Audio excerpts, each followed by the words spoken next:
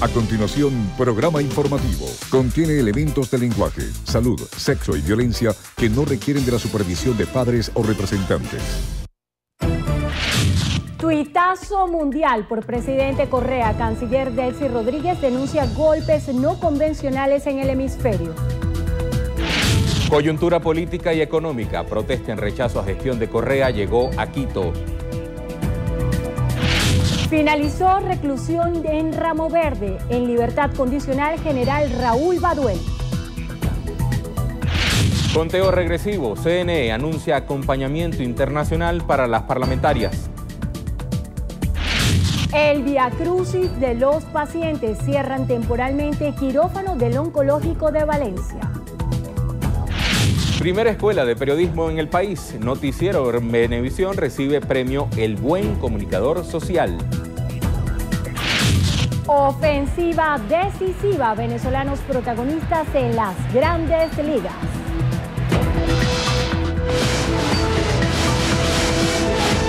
Noticiero Venevisión.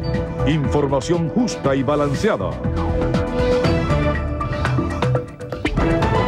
Amigos, 12:01, ya estamos listos para la presente emisión de Noticiero Venevisión. Así es, Saúl Noriega y Andrina Yepes tenemos las informaciones preparadas para ustedes en nombre de todo nuestro equipo y comenzamos a revisarlas de inmediato. Los países del ALMA manifestaron su apoyo al presidente de Ecuador, Rafael Correa, a propósito de las manifestaciones indígenas que se desarrollan en este país en estos momentos. El presidente Maduro llamó al combate y bueno, la reunión de cancilleres aprobó, más allá de la caracterización de los golpes no convencionales que adelanta el imperio en contra de nuestro país, en contra de nuestro gobierno progresista, pasamos a la acción y el pitazo es una acción mundial en defensa del presidente Correa, en defensa de la revolución ciudadana y en defensa de la integridad y la soberanía de Ecuador. Por su parte, el mandatario ecuatoriano llamó a rechazar las manifestaciones y aseguró que este tipo de acciones no afectan al gobierno sino al pueblo de Ecuador. Esa guerra psicológica, pero también cortarnos las fuentes de financiamiento. O sea, cuando los inversionistas, los prestamistas internacionales leen esas noticias y dicen que le vamos a apretar a Ecuador y complicarnos mucho más el escenario económico. Esta restauración conservadora, esta guerra fría se ha profundizado en el caso de Ecuador, pero en general en la región, dado el año difícil que está enfrentando América Latina. Precisamente en Ecuador, la marcha indígena que comenzó hace 10 días en la provincia fronteriza de Zamora Chinchipe llegó a Quito para unirse al paro nacional convocado por organizaciones sindicales en contra del presidente Rafael Correa. La movilización denominada Por la Vida y la Dignidad permanecerá en el Parque El Arbolito, cerca de la Asamblea Nacional, hasta que el gobierno dé respuestas a sus demandas. El mandatario ecuatoriano señaló que los indígenas le hacen el juego a la oposición y consideró que el paro de las centrales sindicales será un fracaso.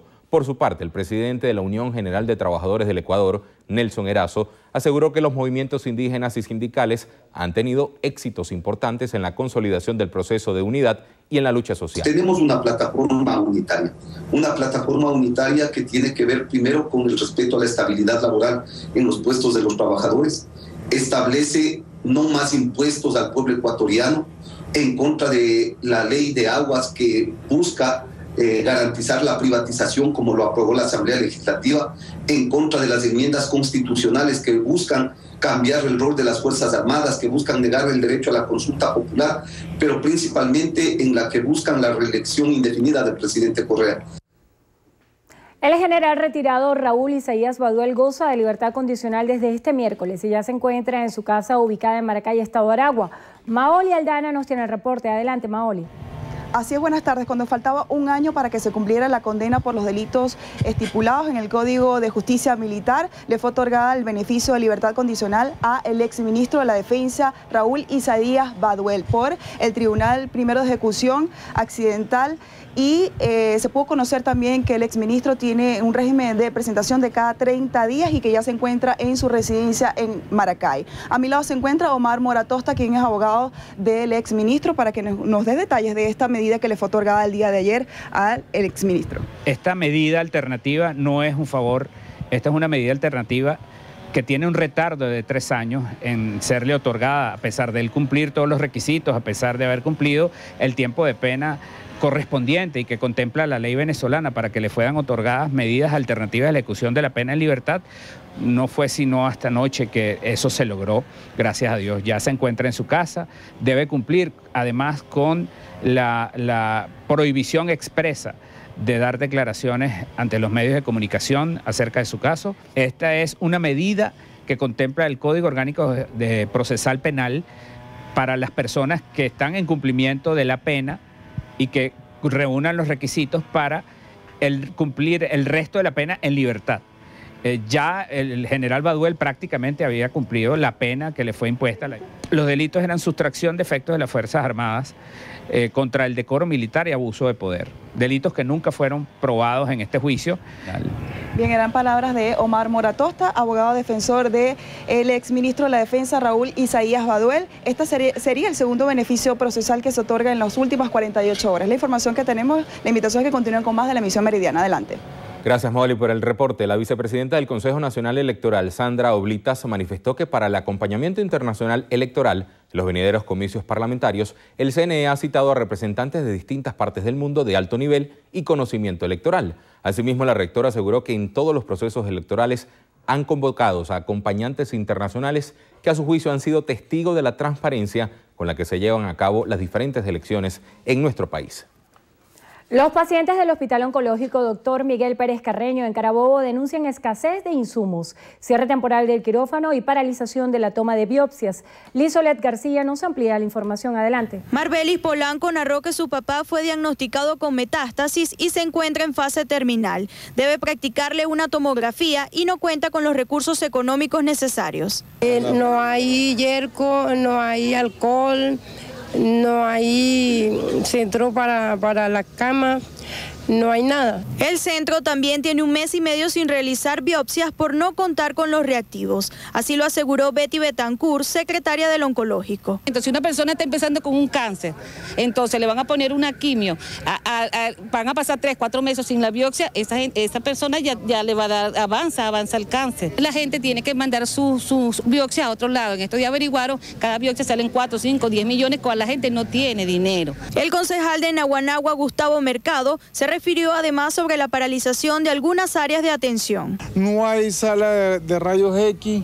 no hay quirófanos desde hace 15 días, no hay cosas elementales como guantes u otros materiales que le hace falta a los médicos para realizar la operación. La falta de insumos afecta directamente a unos 300 pacientes que acuden diariamente a este centro médico en busca de atención, por lo que los familiares extendieron el llamado al Ministerio del Poder Popular para la Salud a que tome cartas en el asunto. En Carabobo, Lizolet García, Noticiero Venevisión. Durante la instalación de la comisión delegada de la Asamblea Nacional, el presidente del Parlamento, Diosdado Cabello, aseguró que en muy pocos acuerdos planteados en el legislativo se logró el concurso de la bancada opositora. Rafael Aníbal Camacho con el reporte.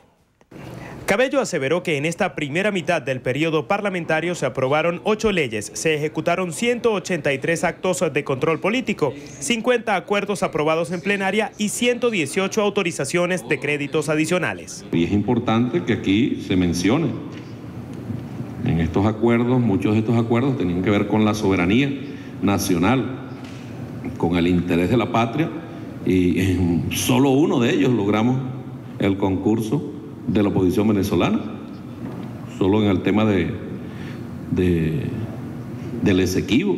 Por su parte, la segunda vicepresidenta de la Asamblea Nacional, Tania Díaz, precisó que el ente legislativo no mermará sus actividades debido a la campaña de las parlamentarias. Van a incentivar, van a profundizar, van a acrecentar el trabajo que nosotros hemos venido haciendo en este sentido, en defensa de la patria y en defensa de los derechos sociales, políticos de la población venezolana. Según resaltó el presidente del Parlamento, el diputado Diosdado Cabello, a partir de este momento la comisión delegada de la Asamblea Nacional continuará estudiando y sancionando leyes, así como créditos adicionales hasta el término de este receso legislativo, el próximo 15 de septiembre. Desde el centro de Caracas, a Rafael Aníbal Camacho, Noticiero Venevisión. Muchísimas gracias, Rafael. Estados Unidos negó que su mando sur, encargado de las operaciones militares en Latinoamérica, esté ejecutando un plan para sabotear la economía venezolana. La coronel del ejército y portavoz del mando central estadounidense, Lisa García, respondió a las acusaciones del presidente de la República, Nicolás Maduro, al asegurar que el mando sur no está promoviendo disturbios en Venezuela, ni intenta dinamitar su economía ni su gobierno. El Pentágono respondió así a los señalamientos del mandatario venezolano, quien aseguró que presentará en los próximos días pruebas de un supuesto plan desestabilizador dirigido por el mando sur, al que llamó Plan Buitre. En España, la policía y la Guardia Civil detuvieron a 8 miembros de una organización dedicada a la falsificación de tarjetas de crédito, procedentes principalmente de Venezuela. Esta banda delictiva habría estafado más de 600.000 euros en Madrid. Según información suministrada por los cuerpos de seguridad, la red enviaba a España chips de tarjetas de crédito venezolanas con los que después reconstruían la tarjeta falsa y realizaban compras masivas en comercios. La investigación inició con la llegada a España de 75 chips presuntamente recortados de tarjetas bancarias procedentes de Colombia vía Alemania. Ante la situación fueron bloqueadas las cuentas bancarias asociadas a los comercios implicados y a las personas detenidas. Bueno, es momento de hacer nuestra primera pausa. Al regreso, ataque mortal. Camión repleto de explosivos sacudió Mercado Popular en Bagdad. Al regreso, todos los detalles.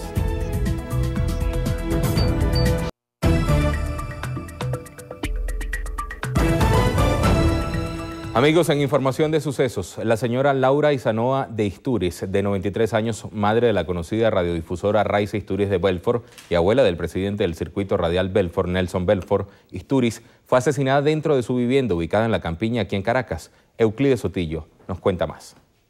En esta vivienda de la calle Los Naranjos de La Campiña ocurrió el crimen de la nonagenaria. La anciana, quien según vecinos vivía sola, fue sorprendida por delincuentes quienes la atacaron a golpes presuntamente para robarla.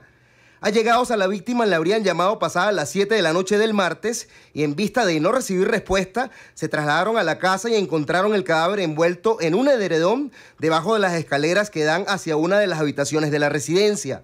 Trascendió que los antisociales no se llevaron nada del lugar.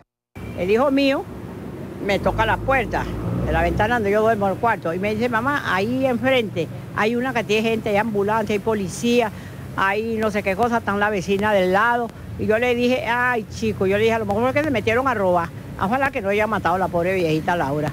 Una mujer activa, se ponía su rollo, hablaba, sacaba crucigrama, hablaba, tenía la cabeza mejor que la mía y que la tuya. El crimen ha conmocionado a los vecinos de La Campiña. Denuncian que los robos a mano armada son frecuentes en las calles del sector a plena luz del día. Lamentan la poca presencia policial en la zona. Recuerdan a la señora Laura como una excelente vecina. Ella salía ahí, barría, todo el mundo la conocía, la saludaba. Y la inseguridad, tú sabes que la inseguridad no tiene compasión. ¿No es inseguridad? Es una inseguridad total. La policía científica ya inició las averiguaciones de este caso, mientras los vecinos aseguran que la señora Laura Isanoa de Istúriz vivió durante más de 50 años en esta residencia, por lo cual era altamente estimada por la comunidad. En la calle Los Naranjos de La Campiña, Euclides Sotillo, Noticiero Venevisión. La Cámara Venezolana de Industria de Radiodifusión expresó mediante un comunicado su pesar por el asesinato de Laura Isanoa de Istúriz, madre de la radiodifusora conocida Raiza Istúriz Belfort. Istúriz, de 93 años, era viuda de Antonio José Istúriz, expresidente de la Cámara, madre de Raiza Istúriz de Belfort, reconocida radiodifusora venezolana, suegra del expresidente Nelson Belfort Irabrín, fundador de los circuitos Super Radio y CNB, abuela del también expresidente Nelson Belfort Istúriz. Desde Noticiero Venevisión hacemos llegar nuestras más sentidas palabras de condolencia, al igual que a sus familiares y amigos. Paz a sus restos. Funcionarios del CICPC capturaron a un tercer sujeto presuntamente implicado en el asesinato y desmembramiento de la comerciante Liana Aiza Ergueta, cuyo cadáver fue localizado en el interior de un vehículo el pasado viernes en la urbanización Las Palmas, aquí en la Florida, en Caracas. La detención del sujeto, identificado como Samuel José Angulo, se había producido en la avenida Libertador, en las inmediaciones de la estación del metro Colegio de Ingenieros. Entre tanto, el Ministerio Público logró privativa de libertad para Carlos Eduardo Trejo Mosquera y para José Rafael Pérez Venta, por ser presuntamente los coautores del delito de sicariato en perjuicio de Ergueta. Se espera que Angulo sea imputado en las próximas horas. Los premios a Noticiero Venevisión esta vez llegan de la Alcaldía del municipio Carrizal, que en esta oportunidad otorgó la orden insignia El Buen Comunicador Social a propósito de la reciente celebración del Día del Periodista. El alcalde de Carrizal, José Luis Rodríguez, destacó la labor de nuestros compañeros Alfonso Mata, director de la emisión estelar, Gustavo Gómez Morón, reportero de nuestro noticiero, y Patricia Chun, periodista de nuestro canal, por su destacada labor como profesionales de la comunicación.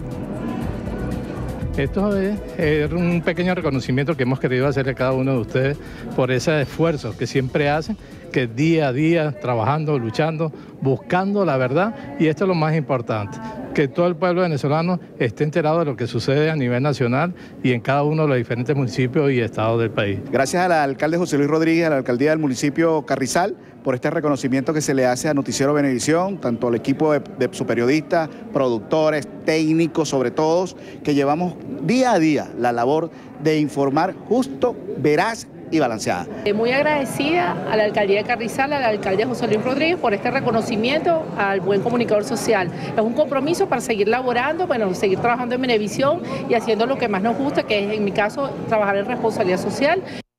Felicidades a nuestros compañeros y que continúen los éxitos. Bueno, y hasta ahora vamos a hacer una revisión del tránsito vehicular en Caracas a través de la herramienta Waze. Recuerden que ustedes también pueden unirse a nuestro grupo Noticiero Venevisión y tener un reporte de manera inmediata de cómo están las principales vías de nuestra ciudad. En esta imagen que estamos mostrando en pantalla tenemos la visual de lo que es la autopista Vallecoche a la altura de lo que es el Paseo Los Próceres. Vemos que hay un fuerte retraso que lleva un tráfico de 10 kilómetros por hora en promedio. Recordemos que en este tramo de la autopista se está haciendo un trabajo de ampliación de la vía, lo que pudiera estar originando este pequeño retraso. Vámonos a otro punto de la ciudad. Allí vemos cómo están teñidas de vino tinto en los lugares donde se indica mayor tráfico vehicular, rojo donde hay cola pero sin embargo es tolerable, y naranja donde hay una breve circulación lenta. Vemos que la avenida Andrés Galarraga tiene circulación lenta a esta hora y es el informe que podemos ofrecerles a través de Waze. Les recordamos que ustedes también pueden formar parte de nuestra comunidad a través de esta herramienta tecnológica que nos permite estar al día de cómo está el tráfico, dónde están los accidentes, dónde están las colas, no solamente de la ciudad de Caracas, sino de todo el país, incluso de todo el mundo. Correcto. Tráfico de Venevisión lo puede encontrar en la herramienta Waze. ¿Hacemos una pausa? Así es, vamos a hacer una breve pausa y de regreso más para ustedes. Noticiero Venevisión dice presente en el estado de Nueva Esparta, región bendecida por el Valle del Espíritu Santo, tierra de pescadores y de artesanos, principal destino turístico del país, de batallas emancipadas y sitio predilecto para el regocijo, la fe y la esperanza. Ana María Presilla para Noticiero Venevisión, Venezuela y el mundo.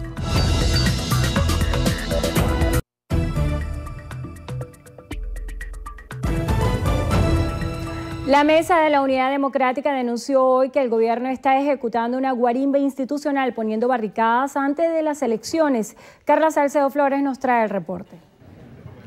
Así es, buenas tardes, gracias por este contacto que hacemos desde el Partido Acción Democrática, y es que el día de hoy en la Mesa de la Unidad celebran la libertad de algunos presos políticos como el caso del general Raúl Isaías Baduel. Sin embargo, piden la liberación de todos y el regreso de los exiliados. Jesús Torrealba pidió además al gobierno nacional que explique si quiere ir a elecciones o no. Nosotros nuevamente exigimos al gobierno nacional que diga de una vez si quiere o no ir a elecciones. Nosotros denunciamos que el gobierno nacional tiene una escalada continuada de agresiones al derecho del pueblo venezolano a construir una salida pacífica, electoral, democrática y constitucional. Al hablar de las diferencias en los partidos opositores, la MUD reiteró que cuando COPEI resuelva sus problemas internos y retire el recurso interpuesto ante el Tribunal Supremo de Justicia, podrá regresar a la alianza opositora y serán reconsideradas las medidas tomadas contra este partido. Es la información que tenemos desde acá. Con esto les invitamos a que continúen con más de la emisión meridiana de su noticiero Venevisión. Gracias, Carla. El ministro de Transporte Terrestre y Obras Públicas, Ayman El Troudi, realiza una inspección a los trabajos de ampliación de la autopista Gran Mariscal de Ayacucho a la altura del distribuidor metropolitano. Hacemos un contacto a esta hora con Manuel Coela para que nos amplíe la información. Buenas tardes, Manuel, adelante. Así es, gracias. Buenas tardes. Los trabajos inician en el sector Turumo y se extienden hasta el empalme de la autopista Francisco Fajardo. Para saber más detalles, vamos de inmediato a escuchar declaraciones del ministro Jaiman Eltrudi. Dedicado a desplegar las inspecciones correspondientes para evaluar el desenvolvimiento de estas importantes obras que en materia de vialidad se acometen en todo el territorio nacional. Hoy particularmente estamos evaluando el desempeño de la ampliación de la puerta de acceso a Caracas por el oriente. Específicamente evaluando la ampliación de la autopista Gran Mariscal de Ayacucho, que como sabemos está sufriendo una intervención estructural con una ampliación que nos va a permitir pasar de 3 canales a 4 canales de forma ininterrumpida, a tal punto de que es muy visible las mejorías que estamos teniendo, aun cuando falta mucho por hacer. Nadie puede ocultar el avance significativo que se ha venido dando sobre la base de una inversión sostenida en materia de infraestructura vial que estamos desarrollando. Es la información que podemos ofrecerle hasta el momento. Sigan disfrutando de la emisión meridiana de Noticiero Venevisión. Más allá de nuestras fronteras, en Irak, al menos 76 personas murieron y 80 resultaron heridas al estallar un camión bomba en un mercado popular situado en la zona de Yamila, al este de Bagdad. La policía iraquí informó que un camión frigorífico cargado de explosivos estalló en el interior del mercado, destruyendo varias tiendas e incendiando los vehículos estacionados en la zona.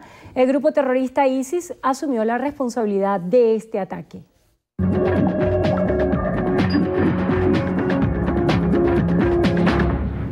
En China ascendió a 50 el número de fallecidos y a 700 la cifra de heridos luego de 2 explosiones en el puerto de la ciudad industrial de Tianjin. El siniestro se originó en un almacén de productos inflamables al sureste de Pekín.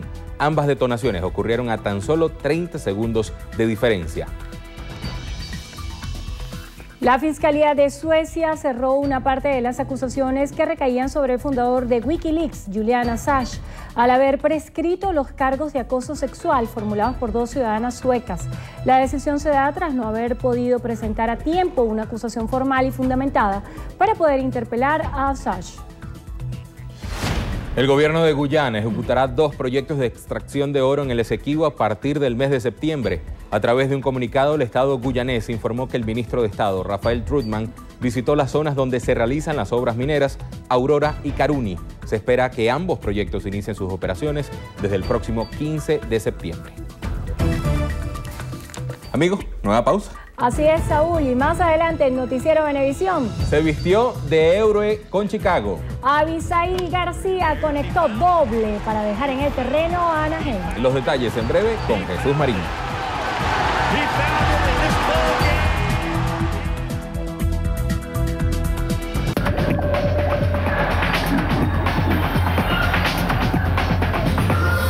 Hola amigos, comenzamos los deportes con el béisbol de Grandes Ligas porque este miércoles Miguel Montero y Andrés Eloy Blanco conectaron jonrones en una jornada en la que Abisail García también dio un batazo decisivo para darle la victoria a su equipo. Además, Isayashi Iwakuma lanzó el 5º juego sin hits ni carreras en la historia de los Marineros de Seattle, mientras que Eduardo Rodríguez perdió en su apertura. Iniciamos nuestro recorrido en Wrigley Field, al 10º inning, y ahí estaba Miguel Montero, el venezolano, sacando la bola por la banda contraria para darle la victoria a los Cachorros de Chicago ante los Cerveceros de Milwaukee con pizarra final de 3-2. Montero terminó de 3-1 con su cuadrangular 11 de la campaña, una remolcada, 2 anotadas y un pasaporte. Y en notas del fútbol, este miércoles hubo acción en la Copa Venezuela. Llaneros de Guanare, Trujillanos, Unión Atlético Falcón, El Zamora, Deportivo Lara y Estudiantes de Mérida clasificaron en la tercera ronda en el grupo occidental, mientras que Mineros de Guayana, Deportivo Anzoátegui, Tucanes de Amazonas, el Aragua, el Caracas Fútbol Club y el Atlético Venezuela lo hicieron en la zona oriental. Seguimos con otras informaciones, los Juegos para Panamericanos, porque este miércoles Venezuela sumó 7 nuevas medallas. La natación aportó par de preseas, una de oro gracias a Belkis Mota en los 400 metros de tiro libre S13, su tercera medalla en la justa y la segunda dorada, y otra de plata de Viviana Moraes en los 100 metros pecho SB14. El segundo metal dorado del día lo ganó Marcos Falcón en el judo. El atletismo añadió 4 preseas, 2 de plata gracias a Omar Monterón en los 400 metros masculino T20 y Berlania Castellanos en los 200 metros femenino T37 y 2 de bronce alcanzadas por Aníbal Bello en el lanzamiento de bala F11-12 y Norkelis González en el salto largo femenino T20 37-38. Venezuela se ubica en el octavo lugar del medallero con 6 de oro, 10 de plata y 12 de bronce para un total de 28 medallas. Bien, y con esto llegamos al final de la información deportiva en Noticiero Venevisión. Muy buenas tardes amigos, yo soy Carilis Cuadros y desde ya estaré acompañándolos en nuestro acostumbrado recorrido por las noticias del entretenimiento aquí en Estrenos y Estrellas. Comenzamos contándoles que Zac Efron es noticia en Hollywood y por partida doble. El actor de la conocida franquicia High School Musical protagonizará la película Baywatch, junto a La Roca, quien le dio la bienvenida al equipo vía Twitter. Zac dijo estar muy emocionado por el proyecto y por su protagónico en Somos Tus Amigos, donde busca convertirse en un DJ famoso. La cantante británica Nerina Palov estrenó el impactante video The Road. Se trata del segundo sencillo del disco que publicará en septiembre. La canción está inspirada en la triste situación que pasan los inmigrantes en Calais, intentando entrar al Reino Unido. Nerina explicó que se interesó en mostrar la experiencia que vivió mientras grabó el video y la realidad de estas personas, para rescatar los valores humanos dejando ver la lucha entre la guerra y el amor. Y la mexicana Ana Bárbara confirmó que podría perder la voz. La reconocida cantante publicó en su cuenta de Instagram un mensaje que confirma la posibilidad de que pierda la voz por una infección en sus cuerdas vocales. Se despidió de sus fanáticos con unas sentidas palabras con las que se excusó por no poder ofrecer su voz al 100% durante su última presentación en el Festival del Mariachi en Santa Bárbara. Taylor Swift piensa regalarle a su novio Calvin Harris un castillo. La artista quiere mostrarle su amor a Harris comprando un castillo que se encuentra en Escocia, a 1 hora del aeropuerto de Edimburgo y muy cercano a la casa materna del DJ. Se sabe que la mansión es del siglo XVI, pero está totalmente remodelada para ofrecerles las comodidades del momento. Así llegamos una vez más al final. Yo soy Carilis Cuadros, que tengan feliz día y nos vemos aquí en nuestra emisión estelar. Amigos, momento de una nueva pausa. Al regreso, en entrevista a Venevisión, Endrina conversará con Wills Rangel, presidente de la Central Bolivariana Socialista de Trabajadores. Ya está aquí en el estudio con nosotros, los esperamos, eso es en breve. Entrevista Venevisión, líder en opinión, por tu canal independiente, Venevisión. ¿Qué tal amigos? Muy buenas tardes tengan todos, gracias por acompañarnos, ya estamos listos en Entrevista Venevisión, tal cual como lo anunciamos. Está aquí en el estudio con nosotros Will Rangel, él es presidente de la Central Bolivariana Socialista de Trabajadores. Siempre muy interesante la conversación con usted, gracias por acompañarnos en la tarde de hoy. Bueno, gracias a ti por la invitación a Venevisión y un saludo clasista y socialista y revolucionario a todos los trabajadores y trabajadoras de Venezuela. A propósito de la clase trabajadora de Venezuela, hay unas declaraciones que recientemente se hicieron de la Unión Nacional de Trabajadores que voy a citar para ver cuál es la interpretación que usted le da. Ellos aseguran que hoy en día la clase obrera no tiene color político ante el panorama económico tan complicado. ¿Cuál es el escenario hoy de la clase trabajadora? ¿Sigue siendo una fortaleza para el Partido Socialista Unido de Venezuela? ¿Cómo se han visto tocados los intereses de los trabajadores venezolanos? Y si existe esa lealtad política totalmente y absoluta al Partido Socialista Unido de Venezuela. Mira, primero principal, el comentario que viene de la OIT, que es un sector que ya demostró hace tiempo que está desvinculado totalmente con los trabajadores y las trabajadoras venezolanas, ¿no? Segundo, nosotros los trabajadores en su mayoría, en un 90%, somos parte de un proyecto país que está consagrado en la Constitución de la República Bolivariana de Venezuela, que está en la Ley Orgánica de los Trabajadores y las Trabajadoras, está en el Plan de la Patria y por supuesto está direccionado al frente el camarada presidente obrero Nicolás Maduro. Ese es nuestro proyecto. En base a eso es lo que nosotros estamos dando la batalla, el debate contra la situación económica que se ha implementado en el país desde el sector del capital y nosotros, por supuesto, conscientes de un papel histórico que tenemos hoy como clase, creemos que nos suscribimos a esos 4 factores fundamentales para lograr la mayor suma de beneficios sociales para la clase obrera y para el pueblo. Porque los trabajadores hoy debemos entender que nuestro esfuerzo, nuestra generación de riqueza no es para un grupo económico, sino es para el pueblo. Entonces, basado en eso, nosotros, nuestras metas, nuestro objetivo es formar la conciencia de la clase obrera que está consagrada en la Constitución, en la Ley Orgánica y en el Plan de la Patria. Precisamente este martes se hacía la juramentación de los comandos de campaña de la clase obrera. ¿Cuáles son las banderas que van a tener estos comandos de campaña? ¿Cómo van a trabajar? ¿Existe algún descontento en el sector obrero? ¿Cuál es la realidad del sector de los trabajadores venezolanos? Los trabajadores hoy en día sometemos en la balanza la situación que está pasando hoy el país y todas las cosas que hemos logrado y que estamos por lograr, que están consagradas en la ley, vuelvo y te repito, en la Constitución y en el Plan de la Patria y en la direccionalidad del presidente.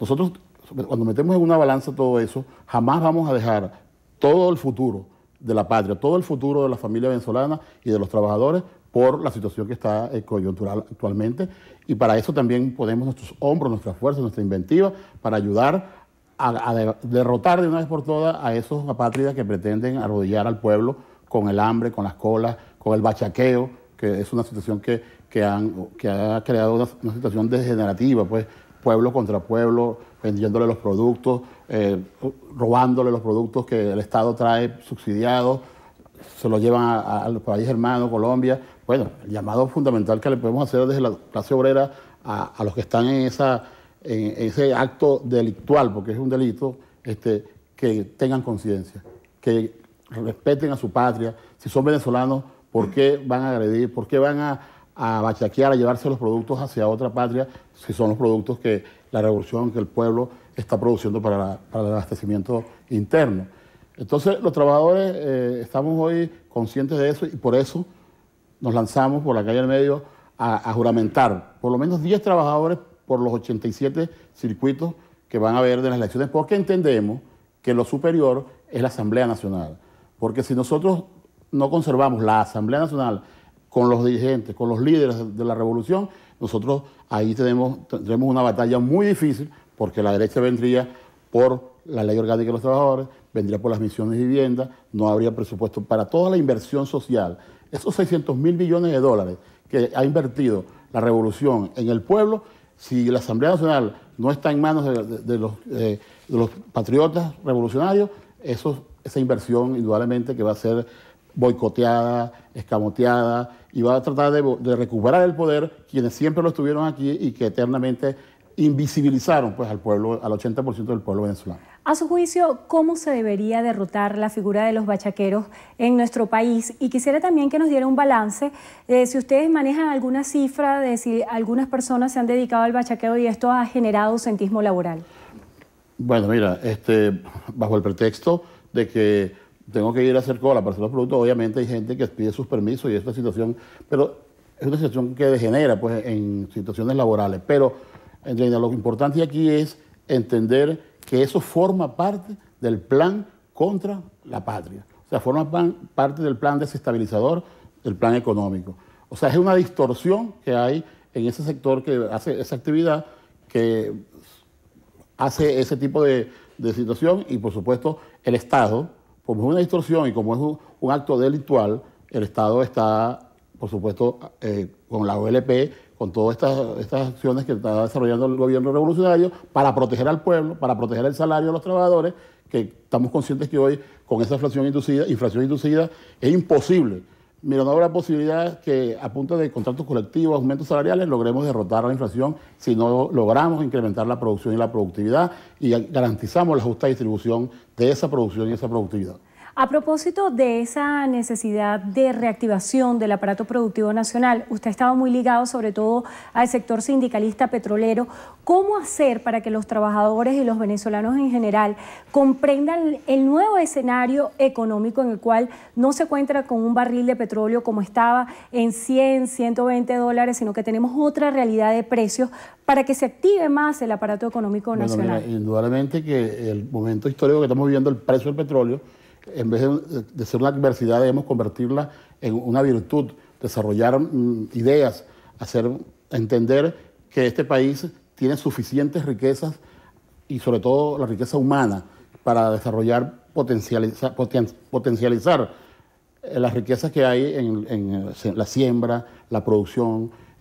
No podemos estar importando productos que se han dado aquí históricamente. Entonces, ahora que no hay la riqueza abundante del barril del petróleo, eso debemos potenciarlo y debe servirnos para crearnos conciencia de que hay necesidad de que volteemos al campo, que le metamos fuerza dura al trabajo, a la producción. Cada uno de nosotros en nuestro puesto de trabajo, que es importante dar el doble de lo que debemos dar, porque entendiendo que hoy está en juego es la patria, ¿no? Porque si nosotros no logramos derrotar la inflación esa inducida que hay, que no hay otra forma de derrotarla sino con trabajo y con producción, bueno, se nos va la patria y entonces volverán, como te dije anteriormente, la pobreza extrema, volverán la gente que no se podrán seguir dando las viviendas, el objetivo de los 3 millones de viviendas, no habrá vivienda obrera. Bueno, vendría la debacle porque, bueno, ahí están los ejemplos. Los ejemplos están en el mundo. En la gran Europa, lo primero que hacen cuando llega el capital, las crisis, es atacar a los trabajadores, prestaciones sociales a los trabajadores, las jubilaciones, que en este país la jubilación se ha reivindicado hasta las madres, por ser madre de un hogar donde tú trabajas, eso te da un derecho a tener una pensión digna por ser madre y estar en Venezuela, y es tu gota de petróleo, pues. Hablando un poco acerca de la agenda que ustedes están manejando dentro de la Central Socialista de Trabajadores, veo que el 5 de noviembre van a tener un acto que es la celebración en Venezuela de la derrota del ALCA. Hay muchas lecturas que se han dado acerca de si sería útil haber implementado el ALCA o no, cuáles son los beneficios del ALBA. A propósito de esto, ustedes tuvieron una reunión reciente donde celebraron la consolidación de los trabajadores del ALBA. ¿Cuáles considera usted son las ventajas del ALBA y por qué celebrar la derrota del ALCA? Bueno, primero, la derrota del ALCA fue fundamental porque, bueno, era imponer pues, un régimen imperial en la producción y la productividad de nuestros pueblos. Era algo devastador, pues. O sea, y bueno, ahí nació la idea de Lula, del presidente Castro, de Juan Chávez, Kirchner, cuando en Mar del Plata lanzaron ALBA. Ante el ALCA, la alternativa bolivariana. Entonces, bueno, ¿cuáles las ventajas? Bueno, indudablemente que están ahí. Mira, es la geopolítica que Juan Chávez, la integración de los pueblos, es la cooperación, es toda esa integración que se ha hecho de la energía, que el comandante Chávez desarrolló, Petrocaribe, UNASUR vino después, todas estas cosas tan importantes que venimos haciendo, bueno, y los trabajadores también en nuestros sectores hemos venido reuniéndonos, y ahora el 24 de julio, en el marco del natalicio del Libertador y del comandante Chávez, en Venezuela se oficializó el bloque de ALBA de los trabajadores. Hace poco fuimos del 2 al 5, estuvimos en el CARICOM, reunidos con los países, allí debatimos muchos puntos de agenda de ese congreso, porque es el 6º, pero también en Venezuela pues llevamos nuestra posición en cuanto al discurso y en cuanto a nuestro planteamiento en la situación que venimos pasando con Guyana, explicando nuestra realidad del Esequibo y explicando pues ese discurso que para nosotros como trabajadores nos parece magistral, que dio el presidente Nicolás Maduro ante la Asamblea Nacional. Lo debatimos con los compañeros del ALBA, los trabajadores, del CARICOM, y bueno, sale un gran documento allí de apoyo a Venezuela, y posteriormente vamos a hacer inclusive una actividad que va a ser en Brasil entre la Central de Trabajadores de Guyana y la Central de Trabajadores de Venezuela. Bueno, ellos también comparten con nosotros de que la necesidad de que como pueblos hermanos lleguemos a un acuerdo por la vía de la negociación, por el Acuerdo de Ginebra, como nuestro presidente lo ha mantenido, y nosotros como trabajadores y trabajadoras lo acompañamos en todos sus planteamientos. Se nos está agotando el tiempo. Volviendo al tema de la realidad, de la situación que viven hoy los trabajadores en Venezuela, ¿cuál pudiera ser el diagnóstico que usted realiza acerca de la clase obrera? ¿Cómo está hoy el obrero venezolano? Mira, el obrero venezolano, lo primero que debemos privilegiar es que tenemos todas las herramientas necesarias para asumir el control de la producción y la productividad, lo que nosotros llamamos en la ley el proceso social del trabajo. Es algo más allá del mero sindicalismo tradicional, lochero, de un contrato colectivo, reclamos y eso. No, hoy los trabajadores y trabajadoras tenemos la posibilidad cierta de asumir el control de la producción y de nuestras empresas, tanto el sector privado como el sector público. Pero es indudablemente que debemos llegar al entendimiento y a la formación. O sea, nosotros venimos de las rémolas, nosotros no nacimos en el 98, todos venimos con rémolas del pasado y debemos, por supuesto, a través de la formación, a través de nuestra escuela de cuadros, transformar y darle el conocimiento necesario a la Ley Orgánica de los Trabajadores y las Trabajadoras y al capítulo 5 de la Constitución de la República Bolivariana y más allá, porque también hay la corresponsabilidad de defensa de la patria, porque era imposible pensar antes que un trabajador y una trabajadora pensara en la corresponsabilidad de defensa de la patria, de ser miliciano, por ejemplo, para asumir la defensa de la patria como venezolano, porque no es solamente un deber de las Fuerzas Armadas, también es de todo el pueblo. La patria es de todos, no es de las Fuerzas Armadas nada más. Los compañeros de las Fuerzas Armadas son nuestros aliados, nuestros amigos, hoy son soldados de la revolución y gracias pues al poder cívico-militar que desarrolló el comandante Chávez y que lo vivimos, especialmente los petroleros en el 2002. En el 2002, cuando las tecnocracias de PDVSA, los 20.000 y tantos, bueno, no los 20.000, los que dirigían la tecnocracia, porque parte de esos 20.000 se fueron ahí atrás de esa gente y perdieron todo, lamentablemente, por falta de conciencia, pues, porque tenían conciencia capitalista siendo unos hombres y mujeres del pueblo. Nosotros hoy vivimos en el 2002, en lo cívico-militar, pero lo vivimos de una manera natural. Hoy lo estamos desarrollando. Hoy estamos construyendo y más temprano que tarde tendremos todos los trabajadores y las trabajadoras milicianos para la defensa de la patria, la corresponsabilidad de la defensa de la patria. Bueno, agradecemos a Will Rangel, presidente de la Central Bolivariana Socialista de Trabajadores, por haber estado con nosotros hoy en Entrevista a Venevisión. Y a ti te lo agradecemos en nombre de todos los trabajadores de Venezuela. Un saludo en nuestro nombre para todos los trabajadores de Venezuela. Y gracias a ustedes también por habernos acompañado. Que tengan todos feliz tarde. Gracias, Endrina. Amigos, hasta aquí la presente emisión de Noticiero Venevisión. Recuerden, Noticiero Venevisión, Canal 4 reporta y ustedes deciden. Feliz tarde para todos.